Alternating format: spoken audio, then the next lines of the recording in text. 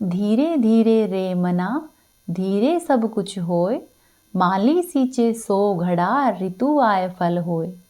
हरे कृष्णा। आप सभी का दिन शुभ और मंगलमय हो।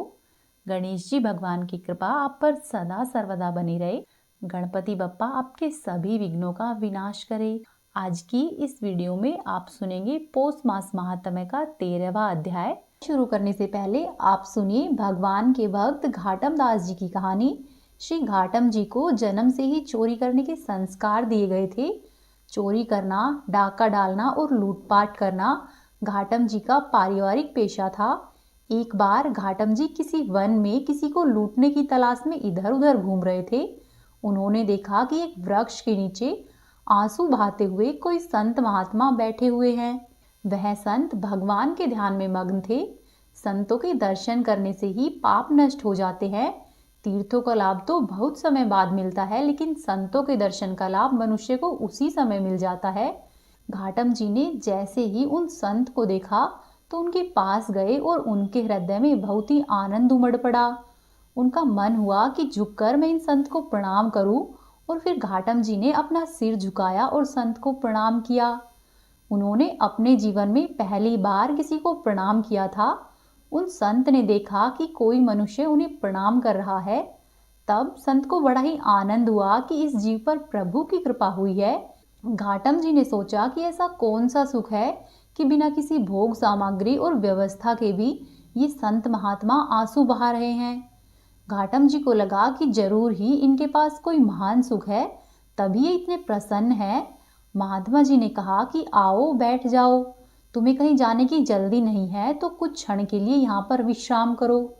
घाटम जी उनके ऐसा कहते ही वहाँ पर बैठ गए। महात्मा जी ने कहा कि देखो बेटा, जीवन बहुत कीमती है, इसे सदैव ही भगवत चरणों में लगाना चाहिए और कोई भी गलत कार्य नहीं करना चाहिए। संत ने घाटम जी से उनके कामकाज के बारे में पूछा। तब घाटम जी ने बताया कि मैं एक चोर हूँ और चोरी करता हूँ, डाका डालता हूँ, साथ ही लूटपाट भी करता हूँ। महात्मा जी ने कहा कि ये तो बहुत ही निंदनीय कार्य है। दूसरों का धन चुराने से और उन्हें पीड़ा देने से इस लोक और परलोक में सब नष्ट हो जाता है। तुम्हारे ऊपर भगवान की कृपा हुई है। तुम ऐसा करो, आज से नियम ले लो कि आज के बाद तुम कभी भी चोरी नहीं करोगे। तब घाटम जी ने अपने दोनों हाथ जोड़ लिए और जोड़कर कहा कि हे महात्मा, ऐसा तो कभी नहीं हो सकता। ये तो मेरी जीविका है और बचपन से ही मेरे पूर्वजों ने चोरी करना सिखाया है। मेरे पूज्यजनों ने मुझे नियम दिया है कि मैं कभी भी ये चोरी का धंधा नहीं छोड़ूं। आप में मुझे विशेष श्रद्धा हो रही है और मेरा हृदय आपकी तरफ खिंचा चला आ रहा है।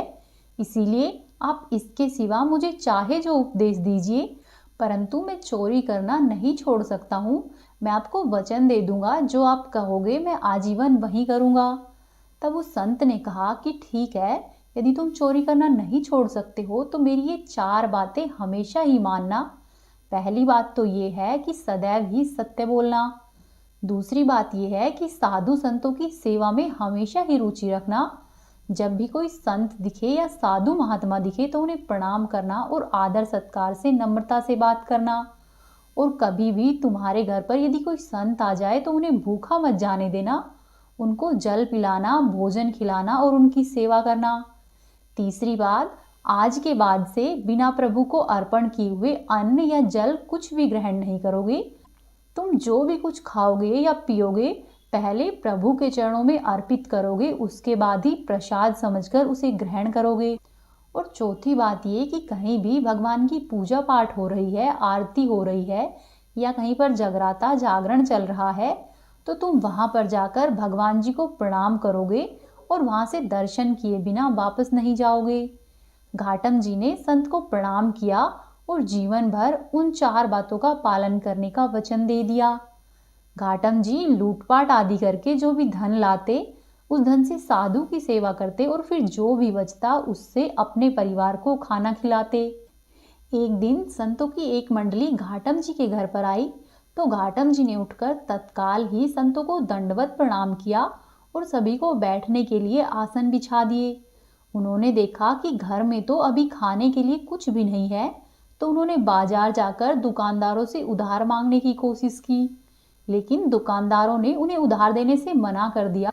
उस समय गेहूं की फसल की कटाई चल रही थी। घाटम दास जी ने देखा कि खेतों में तो किसान लोग सो रहे हैं। उन्होंने ऐसा किया कि एक बड़ी सी चद्दर लेकर गए और जल्दी से गेहूं को झाड़ झाड़ कर गेहूं भर लिया और गेहूं की पोटली बनाकर उठाकर ले आए और घर आकर संतों के लिए भोजन की व्यवस्था कर दी। घाटम जी बड़े ही तंदुरुस्त थे, तो उनके खेतों में जब वापस आए तो पैरों के निशान बन गए। साधुजनों को खिलाते समय वे सोच रहे थे कि आज तो मैं पक्का फंस जाऊंगा, क्योंकि जब सब किसान जागेंगे और मेरे पैरों के चिन्ह देखेंगे तो उन्हें समझ में आ जाएगा कि ये तो घाटम के पैरों के निशान हैं। जैसे जैसे संतजन वो प्रसाद खा रहे थे, वैसे ही बड़ी भारी धूल और आंधी चलने लगी और बारिश होने लगी, तो घाटम के पैरों के जो चिन्ह थे वे चिन्ह मिट गए। यह देखकर घाटम जी को विश्वास हुआ कि साधु की सेवा उन्हें कभी भी नहीं फंसने देगी। उसके हृदय में बड़ा ही आनंद हुआ और संत सेवा के प्रति उसके मन में और भी श्रद्धा बढ़ गई। धीरे धीरे दिन बीतने लगे और कुछ दिनों के बाद ही एक उत्सव था। तो घाटम जी ने सोचा कि अपने गुरुदेव के पास मैं क्या लेकर जाऊं। उनको लगा कि उत्सव है तो गुरुदेव के पास कुछ न कुछ तो अवश्य ही पहुंचाना चाहिए, पर उसके पास तो एक पैसा भी नहीं था। तब उसने निश्चय किया कि रात्रि में चोरी करूंगा और मुझे जो भी मिलेगा वहीं गुरुदेव को सेवा में अर्पित कर दूंगा। घाटम जी ने एक फौजी सिपाही का वेश बनाया और एक राजा के अस्तबल में जा घुसा। रात में पहरेदारों ने आवाज दी कि कौन है। गुरुजी की सत्य बोलने की आज्ञा मानते हुए घाटम जी ने कहा कि मैं तो चोर हूँ। पहरेदारों ने सोचा कि अगर चोर होगा तो ये थोड़ा ही बोलेगा कि मैं चोर हूँ। पहरेदारों को लगा कि जरूर ही ये राजा का कोई खास आदमी है, तभी तो इतना निडर होकर हंसी मजाक कर रहा है कि मैं चोर हूँ ऐसा कह रहा है। सिपाही के वेश में घाटम जी ने राजा के घोड़ों में से एक बढ़िया सा घोड़ा लिया और उस पर सवार होकर वहां से निकल गया। उसकी वेशभूषा देखकर पहरेदार ने फिर से उसको नहीं रोका। वहां से निकलकर घाटम जी ने सोचा कि घोड़े को कहीं बेच देंगे। रास्ते में ही जब वे जाने लगे तो प्रातःकाल ठाकुर जी की मंगला आरती हो रही थी। उसने सोचा कि गुरु जी की आज्ञा है कि आरती हो रही हो या पूजा पाठ हो रहा हो तो दर्शन जरूर करना चाहिए। ऐसा सोचकर घाटम जी ने घोड़े को मंदिर के बाहर ही एक पेड़ से बांध दिया और शाम आरती के लिए दर्शन करने चले गए। जब पहरेदारों ने सोचा कि राजा का कोई आदमी होता तो सबको सूचना देता, तब उन्हें समझ में आया कि ये तो जरूर ही चोर था। राजा के सैनिक पीछा करते हुए मंदिर के पास आ पहुंचे और पेड़ से घोड़ा बांधकर घाटम जी तो दर्शन करने गए हुए थे। सिपाहियों ने देखा कि घोड़ा तो वही है, परंतु इसका रंग बदल गया है। काले रंग का घोड़ा अब सफेद रंग का हो गया है। सिपाही वहीं पर खड़े हो गए कि घोड़ा तो यही है, पर ये तो काला था और अब ये सफेद कैसे हो गया। ऐसा सोच ही रहे थे कि इतनी देर में घाटम आरती के दर्शन करके मंदिर से बाहर आ गया। सिपाहियों ने पूछा कि यह घोड़ा वही है न जो तुम रात्रि में चुरा कर लाए थे। सत्य बोलना था। तब घाटम जी ने कहा कि हाँ, मैं वही चोर हूँ जो घोड़ा चुरा कर ले गया था। सिपाहियों ने पूछा कि पर वो घोड़ा तो काला था और ये सफेद कैसे हो गया। घाटम जी बोले कि मुझे नहीं पता, ये तो ठाकुर जी जाने कि घोड़े का रंग कैसे बदला। मेरे गुरुजी ने कहा था कि आरती हो रही हो तो प्रभु के दर्शन जरूर करना, इसीलिए मैं तो दर्शन करने गया था और इतनी ही देर में ये घोड़ा सफेद हो गया। ये मेरे गुरुजी का ही कोई चमत्कार होगा। यह बात सुनकर सभी सिपाही आश्चर्यचकित हो गए। सिपाहियों ने घाटम जी को और घोड़े को अपने साथ में लिया और राजा के पास जाकर सारी बात कह सुनाई। घाटम जी की सत्यता और गुरुजी के वचनों पर दृढ़ निष्ठा देखकर राजा बहुत ही प्रभावित हुआ। राजा ने कहा कि तुम चोर हो परंतु सत्य बोलते हो और संत की आज्ञा का पालन करते हो, इसीलिए ही घोड़े का रंग बदला है। राजा ने कहा कि जो प्रभु अपने जन के लिए ऐसा कर सकते हैं, उनकी निश्चित ही हमारे ऊपर कृपा होनी चाहिए और कृपा तभी होगी जब हम आपको सम्मान देंगे। राजा ने बहुत सारी संपत्ति घाटम जी के नाम कर दी। संपत्ति लेकर घाटम जी गुरुचरणों के दर्शन के लिए गए। घाटम जी की अपने गुरुजी पर श्रद्धा और अधिक बढ़ गई कि जब मुझ जैसे चोरी करने वालों को राजा के यहाँ से दंड मिलना चाहिए था, परंतु आप ही के कारण मुझे वहाँ से सम्मान मिला है, तब घाटम जी ने गुरुजी को भेंट समर्पित की और उत्सव में शामिल हुए। उन्होंने निश्चय करके गुरुदेव से कहा कि गुरुजी, आपने जो पहली बार मुझसे चोरी करने के लिए मना किया था, आज से मैं वही नियम लूंगा कि मैं आजीवन भर कभी भी कोई भी चोरी नहीं करूंगा। आपकी कृपा से मुझे बोध हो गया है कि मैं बहुत ही गलत कार्य कर रहा हूँ और उसने निश्चय किया कि अब से मैं कोई भी चोरी नहीं करूंगा। अब घाटम जी को सत्संग सुनते हुए और संत सेवा करते हुए काफी दिन हो गए। एक दिन उनके मन में आया कि ठाकुर जी कैसे दिखते हैं, कभी उनसे मिलना चाहिए। वे जगह जगह पर ढूंढते रहे, परंतु बहुत दिनों तक उन्हें ठाकुर जी नहीं मिले तो उन्हें बहुत ही क्रोध आया। उन्होंने ठाकुर जी से नाराज होकर कहा कि पहले तो मैं बिना नहाए खाता था और अब मैं आपके लिए नहाकर खाता हूँ और आपको भोग भी अर्पित करता हूँ। पहले मैं कभी भी कंठी माला और तिलक नहीं लगाता था, परंतु अब मैं आपके लिए गले में कंठी धारण करता हूँ, माथे पर तिलक लगाता हूँ, केवल और केवल आपके लिए ही करता हूँ। प्रभु, आपके लिए मैं इतना कर रहा हूँ तो आप मेरे लिए क्या कर रहे हैं? क्या आप मुझे दर्शन नहीं दोगे?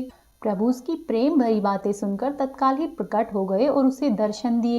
प्रिय भक्तों, प्रभु संतों के वचन को सिद्ध करने के लिए सदैव ही तत्पर रहते हैं। जिस तरह से सत्संग करने से घाटम जी का पूरा जीवन बदल गया।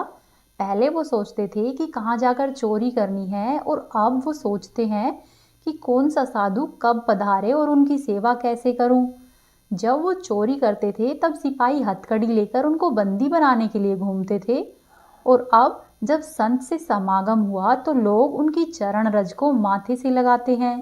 घाटम जी ने एक संत की संगति पाई और उसके वचनों का पालन किया तो वे प्रभु के दर्शन पाकर उनके परम भक्त बन गए। मनुष्य चाहे कितना भी दुष्ट हो, कितना भी नकारात्मक हो, यदि उसे साधु संगतों और अच्छी संगति मिल जाए तो उसके लिए भगवत दर्शन और भगवान की भक्ति दुर्लभ नहीं होती है। वह एक न एक दिन भगवान को प्राप्त कर ही लेता है। इसीलिए अच्छे मनुष्यों की संगति और अपनी कथा पुराणों का ज्ञान अवश्य ही होना चाहिए। ऐसा होने से दुष्ट मनुष्य भी महात्मा बन जाता है। अब आप सुनिए महात्म्य कथा में आगे का वृतांत। परशुराम जी ने गणेश जी से कहा कि भाई, मैं ईश्वर को प्रणाम करने के लिए अंतःपुर में जाऊंगा और भक्ति पूर्वक माता पार्वती को नमस्कार करके तुरंत ही घर को वापस लौट जाऊंगा, जो कि सगुण निर्गुण भक्तों के लिए अनुग्रह के मूर्ति रूप, सत्य स्वरूप, ब्रह्म ज्योति, सनातन, सभी मंगलों के दाता, समस्त ऐश्वर्यों को प्रदान करने वाले, भक्तों के लिए अभयप्रद है, भक्त वत्सल और समदर्शी है, जिनसे मैंने अनेक प्रकार की विद्याओं और अनेक प्रकार के परम दुर्लभ शास्त्रों को प्राप्त किया है। उन जगदीश्वर गुरु के इस समय मैं दर्शन करना चाहता हूँ। ऐसा कहकर परशुराम जी गणपति के आगे खड़े हो गए। इस पर श्री गणेश जी ने बहुत तरह से परशुराम जी को समझाया कि इस समय भगवान शंकर और माता जी अंतःपुर में हैं, अतः आपको वहां पर नहीं जाना चाहिए। परंतु परशुराम जी हट करते ही रह गए। उन्होंने अनेक युक्तियों के द्वारा अपना अंदर जाना निर्दोष बताया। यो परस्पर दोनों में वाद विवाद होता रहा। गणेश जी विनय पूर्वक ही परशुराम जी को रोकते रहे, पर जब परशुराम जी ने बलपूर्वक जाना चाहा तो गणेश जी ने उन्हें रोक दिया। तब परस्पर वाग्युद्ध और करताड़न होने लगा। अंत में परशुराम ने गणेश जी पर अपना फरसा उठा लिया। तब कार्तिकेय ने बीच में आकर उन्हें समझाया। परशुराम ने गणेश जी को फिर धक्का दे दिया। वे गिर पड़े। फिर उठकर उन्होंने परशुराम को फटकारा। इस पर परशुराम ने पुनः कुठार उठा लिया। तब गणेश जी ने अपनी सूंड को बहुत लंबा कर लिया और उसमें परशुराम को लपेटकर वे घुमाने लगे। जैसे छोटे से सांप को गरुड़ ऊपर उठा लेता है, ठीक वैसे ही अपने योग बल से शिवपुत्र गणेश ने उनको उठाकर स्तंभित कर दिया और सप्तद्वीप, सप्त पर्वत, सप्त सागर, भूवलोक, भूवरलोक, स्वर्गलोक, जनलोक, तपोलोक, ध्रुवलोक, गौरीलोक और शंभुलोक उनको दिखा दिए। तदंतर उन्हें गंभीर समुद्र में फेंक दिया। जब वे तैरने लगे तो पुनः पकड़कर उठा लिया और घुमाते हुए वैकुंठ दिखलाकर फिर से गोलोक धाम में भगवान श्री कृष्ण के दर्शन कराए। उस समय भगवान श्री कृष्ण रत्न आभूषणों से विभूषित होकर रत्नमय सिंहासन पर आसीन थे। राधा जी उनके वक्षस्थल से सटी हुई थी। तेज में वे करोड़ों सूर्य के समान प्रकाशवान थे। उनकी 2 भुजाएं थी और हाथों में मुरली शोभा पा रही थी। परम मनोहर रूप था और वे मंद मंद मुस्कुरा रहे थे। इस प्रकार श्री कृष्ण के दर्शन कराकर उनसे बारंबार प्रणाम कराया। यों संपूर्ण प्रकार के पापों का नाश कर देने वाले इष्टदेव श्री कृष्ण के दर्शन कराकर गणेश जी ने परशुराम के भ्रूण हत्या जनित पाप को दूर कर दिया। यों तो पाप जनित यातना भोगे बिना नष्ट नहीं होती, किंतु परशुराम जी को थोड़ी ही भोगनी पड़ी और सब श्री कृष्ण के दर्शन से नष्ट हो गई। क्षण भर के बाद परशुराम की चेतना लौट आई और वे वेग पूर्वक भूतल पर गिर पड़े। उस समय उनका गणेश के द्वारा किया गया स्तंभन भी दूर हो गया। तब उन्होंने अपने अविष्टदेव श्री कृष्ण, अपने गुरु जगत गुरु शिव शंभु तथा गुरु द्वारा दिए गए परम दुर्लभ स्रोत और कवच का स्मरण किया। हे मुने, तदंतर परशुराम ने अपने अमोघ फरसे को, जिसकी प्रभा ग्रीष्म ऋतु के मध्याह्नकालीन सूर्य की प्रभा से भी 100 गुनी थी और जो तेज में शिव जी के समान था, उसको गणेश जी पर चला दिया। पिता के उस अमोघ अस्त्र को आते हुए देखकर स्वयं गणपति ने उसे अपने बाएं दांत से पकड़ लिया। तब महादेव जी के बल से वह फरसा वेगपूर्वक गिरकर मूल सहित गणेश जी के दांत को काटकर फिर से परशुराम के हाथों में लौट आया।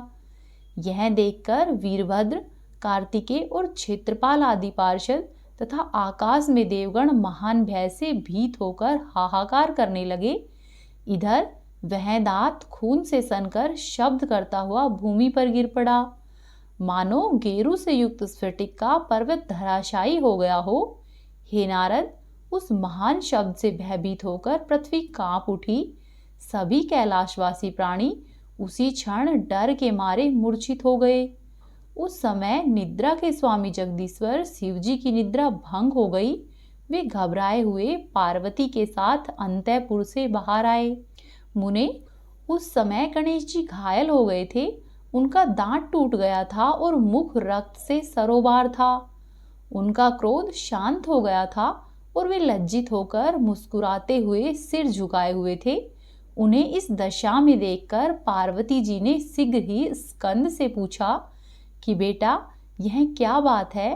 तब स्कंद ने भयपूर्वक पूरा वृतांत माता पार्वती को कह सुनाया। यह सुनकर देवी को क्रोध आ गया।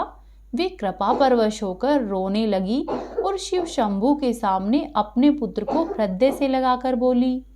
सती साध्वी पार्वती जी ने शोक के कारण डरकर विनयपूर्वक शिव शंभु को समझाया और फिर प्रणत होकर प्रणत की पीड़ा हरने वाले पतिदेव से इस प्रकार से कहना आरंभ किया। पार्वती जी ने कहा कि प्रभु, जगत में सभी लोग शंकर की किंकरी मुझ पार्वती को जानते हैं कि यह अपेक्षा रहित दासी है, उसका जीवन व्यर्थ है। परंतु हे प्रभु, ईश्वर के लिए तिनके से लेकर पर्वत तक सभी जातियां समान हैं। अतः इस दासी के पुत्र गणेश और आपके शिष्य परशुराम, इन दोनों में किसका दोष है? इस पर आप विचार कीजिए, क्योंकि आप धर्मज्ञों में श्रेष्ठ है। वीरभद्र, कार्तिकेय और पार्षद गण सभी इसके साक्षी है। भला गवाही के काम में झूठ कौन कहेगा? साथ ही ये दोनों भाई इन लोगों के लिए समान है। ऐसे तो धर्म निर्णय के अवसर पर गवाही देते समय सत्पुरुषों के लिए शत्रु और मित्र समान हो जाते हैं, अर्थात उनमें पक्षपात की भावना नहीं रहती है, क्योंकि जो गवाह गवाही के विषय को ठीक ठीक जानते हुए भी सभा में काम, क्रोध, लोभ अथवा भय के कारण झूठी गवाही देता है, वह अपनी 100 पीढ़ियों को नरक में गिराकर स्वयं भी कुंभीपाक नामक नरक में चला जाता है। हे प्रभु, यद्यपि मैं इन दोनों को समझाने तथा इस निर्णय को करने में समर्थ हूँ, तथापि आपके समक्ष मेरा आज्ञा देना श्रुति में निंदनीय है। अतः हे प्रभु, सभा में राजा के वर्तमान रहते हुए भृत्यों की प्रभा का उसी प्रकार से मूल्य नहीं होता जैसे सूर्य के उदय होने पर पृथ्वी पर जुगनू की कोई गणना नहीं होती। सदा ही परित्याग के भय से डरी हुई मैंने चिरकाल तक तपस्या करके आपके चरण कमलों को पाया है। अतः हे जगन्नाथ, दारुण पुत्र स्नेह के कारण क्रोध, शोक और मोह के वशीभूत होकर मैंने जो कुछ कहा है उसे क्षमा कीजिए। यदि आपने मेरा परित्याग कर दिया तो उस पुत्र से क्या लाभ है, क्योंकि उत्तम कुल में उत्पन्न हुई पतिव्रता नारी के लिए अपना पति 100 पुत्रों से भी बढ़कर है। जो नारी नीच कुल में उत्पन्न, दुष्ट स्वभाव वाली, ज्ञानहीन और माता पिता के दोष से निंदित होती है, वह ही अपने पति को पति नहीं मानती। उत्तम कुल में पैदा हुई स्त्री अपने निंदित, पतित, मूर्ख, दरिद्र, रोगी या फिर जड़ पति को भी सदा ही विष्णु के समान प्रिय समझती है। समस्त तेजस्वियों में श्रेष्ठ अग्नि अथवा सूर्य पतिव्रता के तेज की 16वीं कला की भी समानता नहीं कर सकते। हे प्रभु, उत्तम कुल में जन्म लेने वाली स्त्रियों के लिए चाहे पुत्र हो, पिता हो अथवा सहोदर भाई हो, कोई भी पति के समान नहीं होता है। स्वामी से इतना कहकर पार्वती जी ने अपने सामने परशुराम को देखा, जो कि निर्भय होकर शिव शंभु के चरण कमलों की सेवा कर रहे थे। तब पार्वती जी उनसे बोली। पार्वती ने कहा कि हे महाभाग राम, तुम ब्रह्मवंश में उत्पन्न हुए हो, तुम्हारी बुद्धि सत्सद का विवेचन करने वाली है। तुम ऋषि जमदाग्नि के पुत्र और योगियों के गुरु इन महादेव जी के शिष्य हो। सती साध्वी रेणुका, जो कि लक्ष्मी के अंश से उत्तम कुल में उत्पन्न हुई है, वे तुम्हारी माता है। तुम्हारे नाना विष्णु भक्त और मामा उनसे भी बढ़कर वैष्णव है। तुम मनु के वंश में उत्पन्न हुए राजा रेणुक के दोहित्र हो। साधु स्वभाव वाले शूरवीर राजा विष्णु यशा तुम्हारे मामा हैं। तुम किसके दोष के कारण ऐसे दुर्धर्ष हो गए हो, इस अशुद्धि का कारण मुझे ज्ञात ही नहीं हो रहा है, क्योंकि जिनके दोष से मनुष्य दूषित हो जाता है, तुम्हारे वे सभी संबंधी शुद्ध मन वाले हैं। तुमने करुणा सागर गुरु और अमोघ्य फरसा पाकर पहले क्षत्रिय जाति पर परीक्षा करके पुनः गुरु पुत्र पर परीक्षा की है।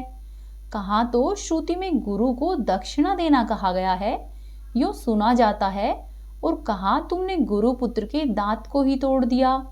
अब उनका मस्तक भी काट डालो। करके वरदान और अमोघ्य फरसे से तो चूहों को खाने वाला सियार, सिंह और शार्दुल को भी मार सकता है। जितेंद्रिय पुरुषों में श्रेष्ठ गणेश तुम्हारे जैसे लाखों करोड़ों जंतुओं को मार डालने की शक्ति रखता है, परंतु वह मक्खी पर हाथ नहीं उठाता। श्री कृष्ण के अंश से उत्पन्न हुआ यह गणेश तेज में श्री कृष्ण के समान है। अन्य देवता श्री कृष्ण की कलाएं हैं, इसीलिए ही इसकी अग्र पूजा होती है।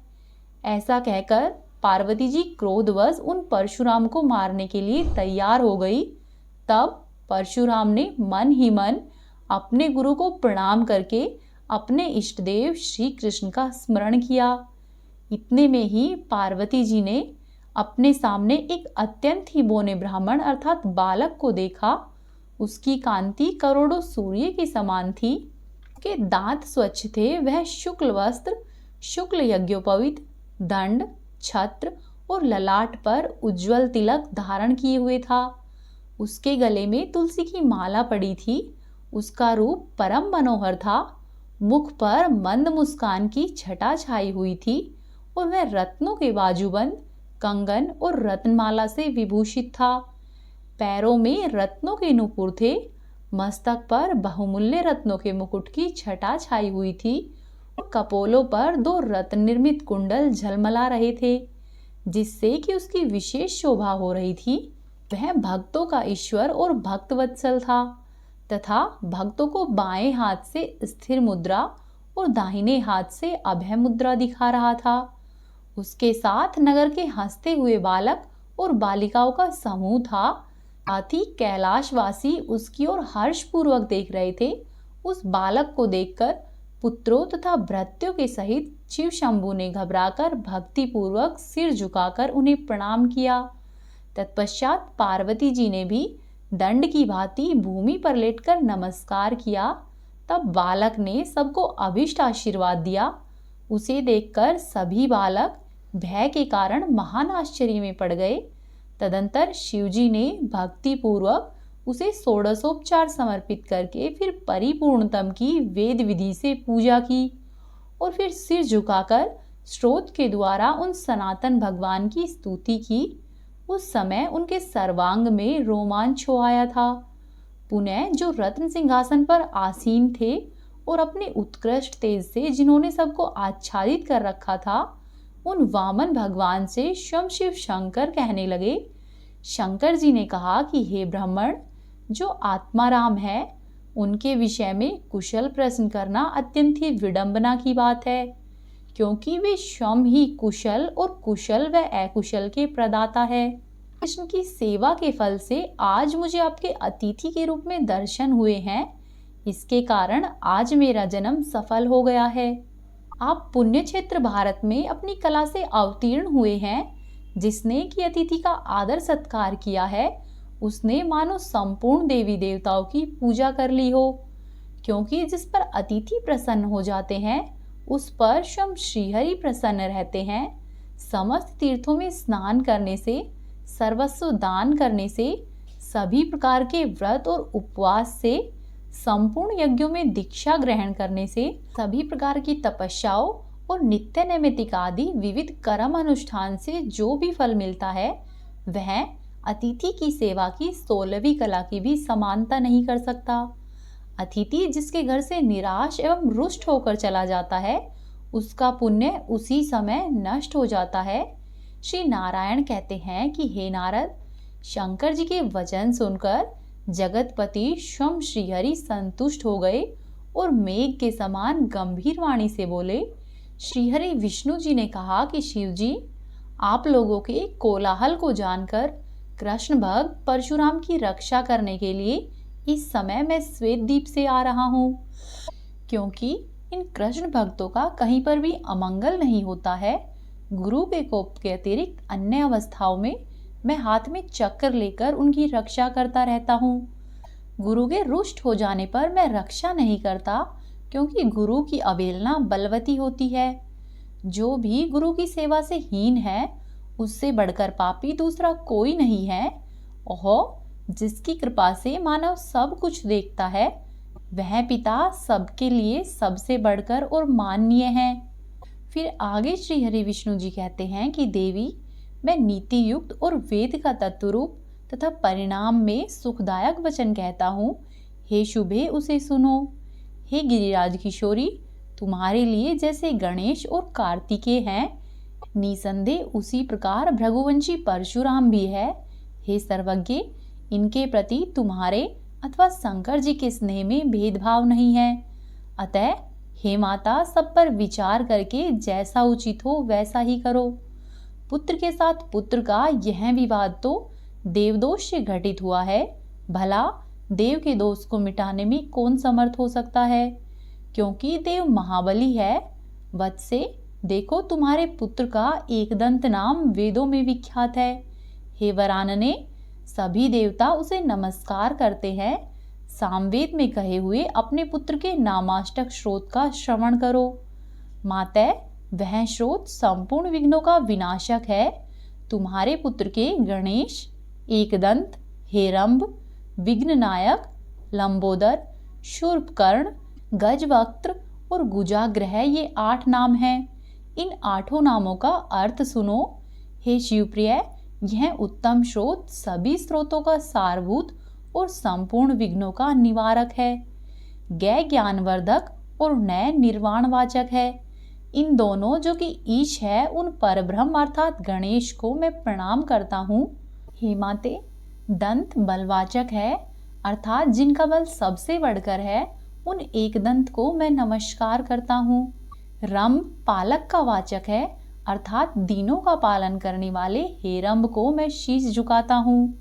नायक खंडनार्थ है, इसी प्रकार जो विपत्ति के विनाशक है, उन विघ्न विनाशक का मैं अभिवादन करता हूँ। पूर्व काल में विष्णु जी के द्वारा दिए गए सभी नैवेद्यों तथा पिता के द्वारा समर्पित अनेक प्रकार के मिष्टानों को खाने से जिनका उदर लंबा हो गया है, उन लंबोदर की मैं वंदना करता हूँ। जिनके कर्ण शूर्पाकार है, विघ्न निवारण के हेतु संपदा के दाता और ज्ञान रूप है, उन शूर्पकर्ण को मैं सिर झुकाता हूँ। जिनके मस्तक पर मुनि का दिया हुआ विष्णु का प्रसाद रूप पुष्प विद्यमान है, जो गजेंद्र के मुख से युक्त है, उन गजवक्त्र को मैं नमस्कार करता हूँ। जो स्कंद से पहले जन्म लेकर शिव भवन में आविर्भूत हुए हैं तथा समस्त देवगणों में जिनकी सबसे पहले पूजा होती है, उन गुहाग्रज की मैं वंदना करता हूँ। हे देवी, अपने पुत्र के नामों से संयुक्त इस उत्तम नामाष्टक स्रोत को पहले वेद में देख लो, तब ऐसा क्रोध करो। जो इस नामाष्टक स्रोत का, जो अनेक प्रकार के अर्थों से संयुक्त एवं शुभ कारक है, नित्य ही तीनों संध्याओं के समय पाठ करता है, वह सुखी और सर्वत्र विजयी रहता है। उसके पास विघ्न उसी प्रकार से दूर भाग जाते हैं जैसे गरुड़ के निकट से सांप। गणेश्वर की कृपा से वह निश्चय ही महान ज्ञानी हो जाता है। पुत्रार्थी को पुत्र और भार्या की कामना वाले को उत्तम स्त्री मिलती है तथा महामूर्ख निश्चय ही विद्वान और कवि हो जाता है। ये सब सुनकर माता पार्वती ने क्या किया, यह आप जानेंगे कल के अध्याय में। अब आप सुनिए श्री गजेंद्र मोक्ष स्रोत का पाठ। इसका पाठ करने से मनुष्य के जीवन में जो भी परेशानी चल रही है, शीघ्र ही उससे छुटकारा मिल जाता है। साथ ही इसका पाठ प्रतिदिन करने से मनुष्य कर्ज मुक्ति जैसी समस्याओं से भी छुटकारा पा लेता है। गजेंद्र स्रोत में हाथी और मगरमच्छ के साथ हुए एक युद्ध का वर्णन मिलता है। मगरमच्छ गजेंद्र को तालाब के अंदर खींच लेता है और उसके पैर को पकड़ लेता है। तब वह गजेंद्र भगवान श्री हरि विष्णु से अपनी मुक्ति के लिए प्रार्थना करता है। भगवान श्री हरि विष्णु उसकी स्तुति सुनकर प्रसन्न होते हैं और उसे मुक्त कराते हैं। जो भी मनुष्य प्रेम पूर्वक इसका पाठ करता है, स्वयं श्री हरि विष्णु उसकी दशों दिशाओं से रक्षा करते हैं। श्री सुखदेव जी ने कहा कि अपनी बुद्धि के अनुसार अपने मन को नियंत्रित करके, हृदय को स्थिर करके वह गजेंद्र अपने पिछले जन्म में याद किए गए सर्वोच्च और बार बार जाप किए जाने वाले स्रोत का जाप करने लगा।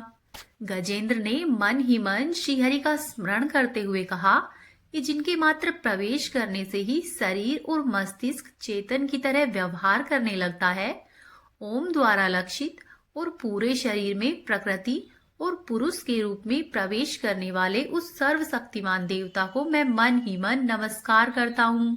वो जिनके सहारे संपूर्ण संसार टिका हुआ है, जिनसे ये संपूर्ण संसार अवतीर्ण हुआ है, जिन्होंने इस प्रकृति की रचना की है, जो खुद उसी रूप में प्रकट है, लेकिन इसके बावजूद भी वो इस प्रकृति से सर्वोपरि और सर्वश्रेष्ठ है।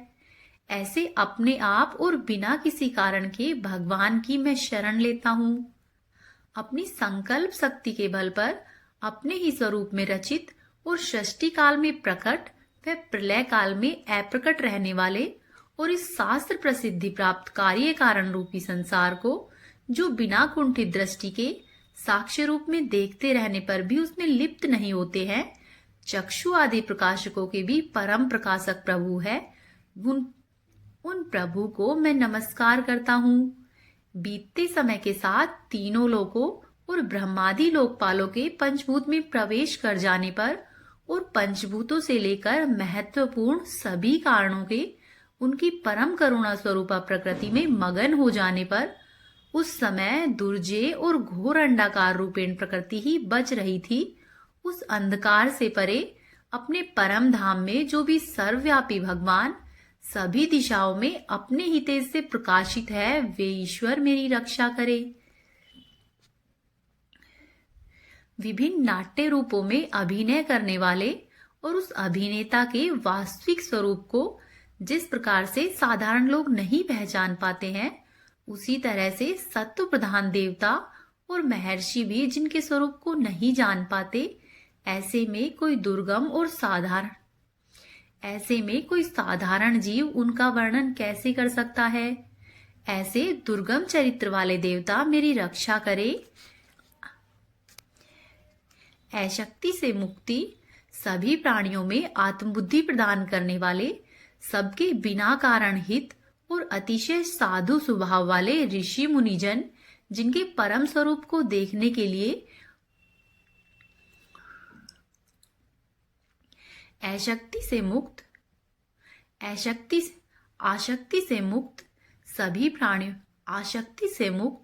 सभी प्राणियों में आत्मबुद्धि प्रदान करने वाले, सबके बिना कारण ही हित करने वाले, अतिशय साधु स्वभाव के ऋषि मुनिजन जिनके परम स्वरूप को देखने के लिए वन में खड़े रहकर अखंड ब्रह्मचर्य और तमाम ही अलौकिक व्रतों का पालन करते हैं, ऐसे प्रभु मुझे सद्गति प्रदान करे। वो जिनका हमारी भांति न तो जन्म होता है और न ही जिनमें अहंकार है, जिनके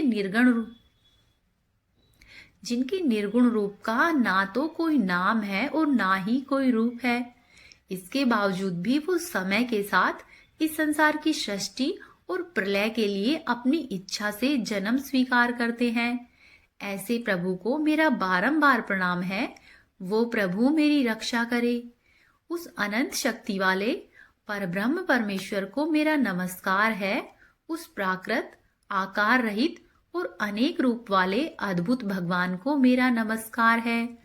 स्वयं प्रकाश और सभी साक्ष्य परमेश्वर को मेरा सत सत नमन है। वैसे देव जो मन, वाणी और चित्तवृत्तियों से भी परे है, उन्हें मेरा नमस्कार है। विवेक से परिपूर्ण पुरुष के द्वारा सभी सत्व गुणों से पूर्ण, निवृत्त धर्म के आचरण से मिलने योग्य, मोक्ष सुख की अनुभूति रूपी प्रभु है, उनको मेरा नमन है। अपने सभी गुणों को स्वीकार कर, शांत रजोगुण को स्वीकार करके अत्यंत और तमोगुण को अपनाकर मूढ़ से जाने जाने वाले, बिना भेद के और हमेशा ही सद्भाव से पूर्ण ज्ञान धनी प्रभु, आपको मेरा नमस्कार है। शरीर के इंद्रिय आदि के समुदाय रूप और सभी पिंडों के ज्ञाता, सब के स्वामी और साक्षी स्वरूप देव, आपको मेरा नमस्कार है। सभी के अंतर्यामी, प्रकृति के परम कारण, लेकिन खुद बिना कारण के भी जो प्रभु है, उनको मेरा नमस्कार है। सभी इंद्रियों और उनके विषयों को जानकर सभी प्रतीतियों के कारण रूप संपूर्ण जड़ प्रपंच और सबकी मूलभूता अविद्या के द्वारा जो सूचित होते हैं और सभी विषयों में अविद्या रूप से भासने वाले देव को मेरा प्रणाम है। सबके कारण, लेकिन खुद बिना कारण के होने पर भी बिना किसी परिणाम होने की वजह से अन्य कारणों से विलक्षण कारण, आपको मेरा बारंबार प्रणाम है। सभी वेदों और शास्त्रों के परम तात्पर्य, मोक्ष रूपी और श्रेष्ठ पुरुषों की परम गति देवता, आपको मेरा नमस्कार है। वो जो त्रिगुण रूपों में छिपी हुई ज्ञान रूपी अग्नि है, उन गुणों में हलचल होने पर जिनके मन और मस्तिष्क में संसार को रचने की प्रकृति उत्पन्न हो उठती है और आत्मा तत्व की भावना के द्वारा विधि निषेध रूपी शास्त्र से भी ऊपर उठे हुए महात्मा और महाज्ञानियों में जो खुद ही प्रकाशित हो रहे हैं, ऐसे ईश्वर को मेरा नमन है। मेरे जैसे शरणागत और पशु के समान जीवों की अविद्या रूप फांसी को हमेशा के लिए ही पूर्ण रूप से काट देने वाले, परम दयालु और दया दिखाने में कभी भी आलस्य नहीं करने वाले, नित्य ही मुक्ति प्रदान करने वाले प्रभु को मेरा नमन है। अपने अंश से सभी जीवों के मन में अंतर्यामी रूप से विद्यमान रहने वाले सर्वनियंता अनंत परमात्मा, आपको मेरा प्रणाम है। शरीर, पुत्र, मित्र, घर और संपत्ति सहित कुटुंबियों में अशक्त लोगों के द्वारा कठिनाई से मिलने वाले और मुक्त पुरुषों के द्वारा अपने हृदय में निरंतर ही चिंतित और ज्ञान स्वरूप जो सर्वसमर्थ ईश्वर है, उनको मेरा नमस्कार है। वो जिन्हें धर्म, अभिलाषित भोग, धन और मोक्ष की कामना से मनन करने वाले लोग अपनी मनचाही इच्छा पूर्ण कर लेते हैं, अपितु उन्हें विभिन्न प्रकार के अयाचित भोग और अविनाशी पार्षद शरीर भी देते हैं, वैसे अत्यंत ही दयालु प्रभु मुझे इस विपदा से हमेशा के लिए बाहर निकाले। वो जिनके एक से अधिक भक्त जो मुख्य रूप से एकमात्र उसी भगवान की शरण में है, धर्म अर्थ आदि किसी भी पदार्थ की लालसा नहीं रखते, जो केवल उन्हीं के परम मंगलमय एवं अत्यंत ही विलक्षण चरित्र के गुणों का गान करते हुए आनंद रूपी समुद्र में गोते लगाते रहते हैं, उस अविनाशी, सर्वव्यापी, सर्वमान्य और ब्रह्मादि के भी नियामक है, अभक्तों के लिए भी प्रकट होने पर भक्ति योग द्वारा प्राप्त होते हैं, अत्यंत ही निकट होने पर भी माया के आवरण के कारण दूर जान पड़ते हैं, इंद्रियों के द्वारा अगम्य और अत्यंत ही दुर्विज्ञ है, अंतरहित लेकिन सभी के आदि कारक और सभी तरफ से परिपूर्ण है, उस भगवान की मैं स्तुति करता हूँ। ब्रह्मा सहित सभी देवता, चारों वेद और समस्त चर व अचर जीव नाम और आकृति भेद से जिनके अत्यंत ही क्षुद्र अंशों से रचित है, जिस तरह से जल रही अग्नि की लपटें और सूरज की किरणें हर बार निकलती है और फिर अपने ही कारण में लीन हो जाती है, उसी भांति बुद्धि, मस्तिष्क, इंद्रिया और अनेक प्रकार की योनियों के शरीर, ये सभी गुणों को प्राप्त शरीर जिस स्वयं प्रकाश परमात्मा में अवतीर्ण होता है और फिर उन्हीं में लीन हो जाता है, वो भगवान जो न तो देवता है, न ही असुर, न ही मनुष्य और ना ही मनुष्य से नीचे किसी अन्य योनि के प्राणी है, वो ना ही स्त्री है, ना ही पुरुष है और ना ही नपुंसक है, और ना ही वो ऐसे जीव है जिनका इन तीनों ही श्रेणियों में समावेश हो। वो ना तो गुण है और ना ही कर्म है, वो ना ही कार्य है और ना ही कारण है। इन सभी योनियों का निषेध होने पर जो भी बचता है वही उनका असली रूप है। ऐसे प्रभु मेरा उद्धार करे। मैं अब इस मगरमच्छ के चंगुल से मुक्त होने के बाद जीवित नहीं रहना चाहता। इसकी वजह ये है कि मैं सभी तरफ से अज्ञानता से ढके हुए इस हाथी के शरीर का क्या करूं? मैं आत्मा के प्रकाश को ढक देने वाले अज्ञानता से युक्त इस हाथी के शरीर से मुक्त होना चाहता हूँ, जिसका कालक्रम से अपने आप ही नाश नहीं होता, बल्कि ईश्वर की दया और ज्ञान से उदय होता है। इस तरह मोक्ष के लिए लालायित संसार के रचिता स्वयं संसार के रूप में प्रकट, लेकिन संसार से परे, संसार से एक खिलौने की भांति खेलने वाले, संसार में आत्मरूप से व्याप्त, अजन्मा, सर्वव्यापी एवं प्राप्त वस्तुओं में भी सर्वश्रेष्ठ श्री हरि को मैं केवल नमन करता हूँ और स्वयं उनकी शरण में जाता हूँ। वो जिन्होंने भगवती शक्ति रूपी योग के द्वारा कर्मों को जला डाला है। समस्त योगी ऋषि अपने योग के द्वारा अपने शुद्ध हृदय में जिसे प्रकट देखते हैं, उन योगेश्वर भगवान को मेरा नमन है। वो जिनके गुण, शक्तियों का राग, रूप और वेग असहनीय है और जो सभी इंद्रियों के विषय रूप में महसूस हो रहे हैं, तथापि वो जिनकी इंद्रियां समस्त विषयों में ही रची बसी रहती है, ऐसे लोगों को जिनका मार्ग मिलना संभव नहीं है, वैसे शरणागत एवं अपार शक्तिशाली भगवान आपको मेरा बारंबार नमन है। वो जिनकी अविद्या नाम की शक्ति के कार्य रूप से ढके हुए अपने ही रूप को जीव समझ नहीं पाता है, ऐसे अपार महिमा वाले प्रभु की मैं शरण लेता हूँ। आगे श्री सुखदेव जी कहते हैं कि वो जिसने पूर्ण प्रकार से भगवान के भेद रहित सभी निराकार स्वरूप का वर्णन किया था, उस गजराज के करीब जब ब्रह्मा और साथ ही अन्य कोई भी देवतागण नहीं आए, तब अपने विभिन्न प्रकार के विशेष विग्रह को अपना ही रूप मानते हैं। ऐसे में साक्षात श्री विष्णु जी, जो कि सभी की आत्मा होने के कारण सभी देवताओं के ही रूप है, वो वहां पर प्रकट हुए और उस गजराज को इस प्रकार से दुखी देखकर उसके द्वारा पढ़ी गई स्तुति को सुनकर सुदर्शन चक्रधारी जगदीश्वर प्रभु इच्छा के अनुसार तीव्र वेग वाले गरुड़ की पीठ पर सवार होकर सभी देवों के साथ उस स्थान पर पहुंचे जहां पर वह गज था।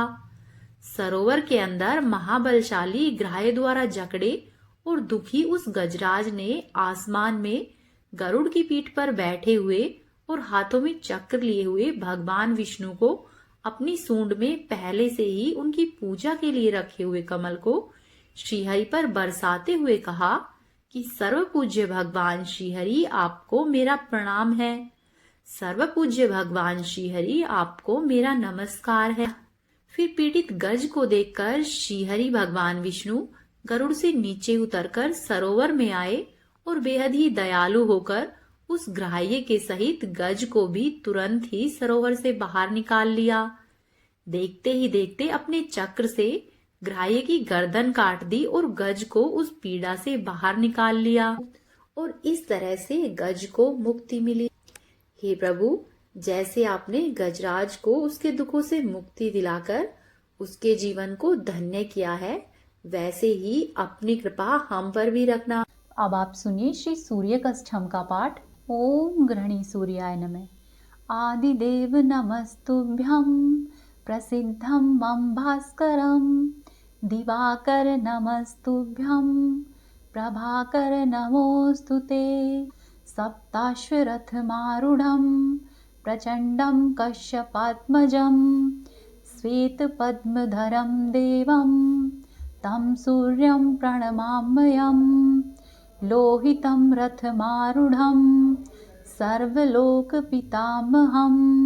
महापापहरं देवं तं सूर्यं प्रणमाम्यहं त्रिगुण्यं च महाशूरं ब्रह्मा विष्णुमहेश्वरं महापापहरं देवं तं सूर्यं प्रणमाम्यहं बृहितं तेजपुञ्जं च वायुमाकाशमेव च प्रभुं च सर्वलोकानां तं सूर्यं प्रणमाम्यहं बन्दुकपुष्पसङ्काशं हारकुण्डलभूषितम् एकचक्रधरं देवं तं सूर्यं प्रणमाम्यहं तं सूर्यं जगत्कर्तारं महातेजप्रदीपनं महापापहरं देवं तं सूर्यं प्रणमाम्यहं तं सूर्यं जगतामनाथं ज्ञानविज्ञानमोक्षदं महापापहरं देवं तं सूर्यं प्रणमाम्यहम्। ओम गृहणी सूर्याय नमः। तो ये थी आज की महात्म्य कथाएं। उम्मीद है आपको पसंद आई होगी। यदि आपने अभी तक चैनल को सब्सक्राइब नहीं किया है तो आपसे अनुरोध है कि चैनल को सब्सक्राइब कर ले, वीडियो को लाइक कीजिए और वीडियो को शेयर कीजिए। साथ ही कमेंट बॉक्स में अपने सुझाव जरूर दें। आपका दिन शुभ और मंगलमय हो।